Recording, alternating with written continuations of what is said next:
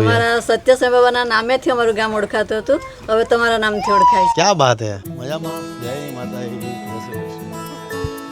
ઘણા દિવસની મહેનત, આમ તો ઓલમોસ્ટ 2 મહિના થયા છે. 2 મહિનાની મહેનતમાં આજે અમારું ઘર બનીને તૈયાર છે. જે અમારું ત્રીજું ઘર છે. તમને વેવલનું ઘર બતાવ્યું, તમને સિંધઈનું એક ઘર બતાવ્યું આની પહેલાંનું, અને એક આ ઘર છે જે આજે બનીને તૈયાર છે. ટોટલ 5 લોકોનું આ પરિવાર છે જે આ ઘરની અંદર રહેવાનું છે. ઓલમોસ્ટ 6 થી 7 ગાયો છે જે અમારા તબેલામાં રહેવાની છે. પહેલા રિબિન કટ કરીએ ને પછી ગાયોનો ગૃહ પ્રવેશ કરાવીએ. જય ગણપતિ બાપ્પા.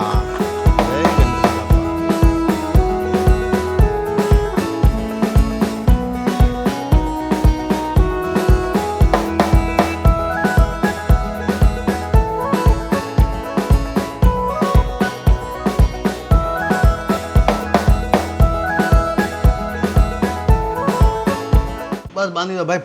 5 ગાય અમારી આવી ગઈ છે. અત્યારે શાંતિથી બાંધી દીધી છે એને તબેલામાં. હવે અહીંયા પૂજા કરશું ને પૂજા પછી તમને આખું ઘર બતાવીશ.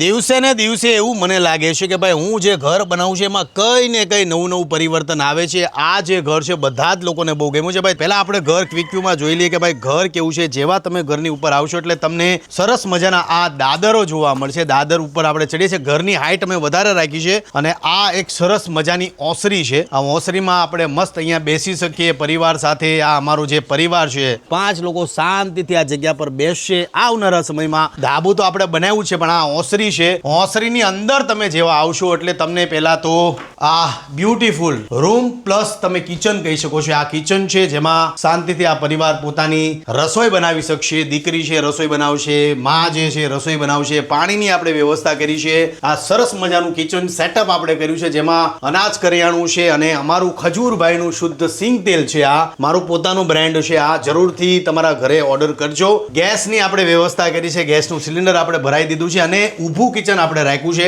આપણે જ્યારે પણ જેના પણ ઘર બનાવીએ છીએ પૂછીએ છીએ કે ભાઈ આપણે ઊભું કિચન બનાવવું છે કે પછી બેઠું કિચન બનાવવું છે. જગ્યા પરથી મસ્ત બહારની અંદરથી હવા ઉજાસ તમે લઈ શકો છો. અને આ તબેલો છે. પેલા તબેલામાં જાતા પહેલા તમે પીઓપી આ વખતનું જોશો તો તમને બહુ ગમશે. દર વખતે કહું મને બહુ ગમે છે, બહુ ગમે છે, પણ આ વખતનું પીઓપી કંઈક હટકે ને કંઈક સારું છે. જેવા તમે અહીંયા આવશો એટલે તમને આ એક તબેલો જોવા મળશે જેમાં આવનારા સમયમાં હરેક ગુજરાતીઓને કહું છું કે તમારી ઘરે ગૌશાળા હોય, તબેલો હોય તો હવે એવો સમય બદલાઈ ગયો છે કે ગરમીનો પારો દિવસે ને દિવસે વધી રહ્યો છે. એટલે પતરાના શેડની અંદર ગાય હોય, ભેંસ હોય, કોઈ પણ જાનવર હોય એ વધારે નથી રહી શકતું. એટલે હવે એવી પહેલ કરો કે આવનારા સમયમાં જેટલી પણ ગુજરાતમાં ગૌશાળા છે ધાબાવાળી બને. હવા ઉજાસ માટે આ જગ્યા રહેવા દીધી છે જેથી કરીને ગાયોને કદાચ ગરમી થાય તો ગરમી પણ ન થાય. આ બાથરૂમની વ્યવસ્થા છે, એક ટોયલેટ બાથરૂમની વ્યવસ્થા આપણે કરી છે અને ગાયો માટે ખુલ્લું. ભવિષ્યમાં કદાચ આ પરિવારને મન થાય કે આપણે ગાયો વધારવી છે કાં તો ગાયોની સંખ્યા વધે તો આ જગ્યા છે એમાં ઉપયોગી આ જગ્યા નીવડે. એટલા માટે આ હવેડો તમે જોયો. જેવા તમે અહીંયા આવશો એટલે આ 2 સેટીની વ્યવસ્થા છે જેમાં 2 ભાઈ બહેન સૂઈ શકે છે અહીંયા આરામથી.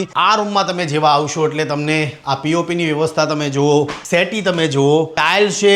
ગેટઅપ એટલો સરસ લાગે છે કલરની સાથે. ગેટઅપ બહાર અમે ડાર્ક બ્લુ રાખ્યો છે, અહીંયા અમે લાઇટ બ્લુ રાખ્યો છે કલર. અને આ ટાઇલ્સ તમે જોશો તો તમને લાગશે કે કોટા સ્ટોન છે, પણ કોટા સ્ટોન ટાઇલ્સ નથી. આ એક અત્યારના ઇન્ટિરિયર પ્રમાણે જે ટાઇલ્સ લાગે છે એ રાખી છે અમે. બહુ સમયથી ગાયો તમે જોયું કે પેલા ગાયો આ જગ્યા પર રહેતી હતી. ઘણા ઓલમોસ્ટ 2 મહિનાથી ગાયો અહીંયા હેરાન થતી હતી, પણ આજે ઘર બનીને તૈયાર છે. ને આ જે 3 ઘર છે એનું A to Z પૈસા મેં મારા પોતાના અર્નિંગમાંથી આપ્યા છે. જે પણ હું સેમસંગની એડ મેં આગળના વ્લોગમાં પણ કીધું છે, મારું ખજૂરભાઈ શુદ્ધ સિંગ તેલ છે એમાં જે કમાણી થઈ છે એમાંથી આ 3 ઘર, એક રેતીથી લઈને ચમચી સુધીનો તમામ ખર્ચો આ 3 ઘરમાં મેં આપ્યો છે. એટલે આ આટલી મારી ટીમ લોકલ ટીમ છે જે હંમેશા હું આદિવાસી વિસ્તારમાં કામ કરતો તો ઓલવેઝ મારી સાથે ટીમ ઊભી. આ ઓસરી તમે જોયું એવું જ તમે ઉપર ધાબુ જોશો તો મસ્ત. હવે આવનારા સમયમાં આ પરિવાર છે ધાબા પર મસ્ત ઉનાળામાં ભાઈ મસ્ત આ પરિવાર અહીંયા સૂઈ શકે છે ભાઈ આરામથી. દર વખતે કંઈક નવું કરવાના પ્રયત્ન કરું છું. એટલા માટે આ ઘર તમને કેવું લાગ્યું કમેન્ટમાં મને જરૂરથી જણાવજો.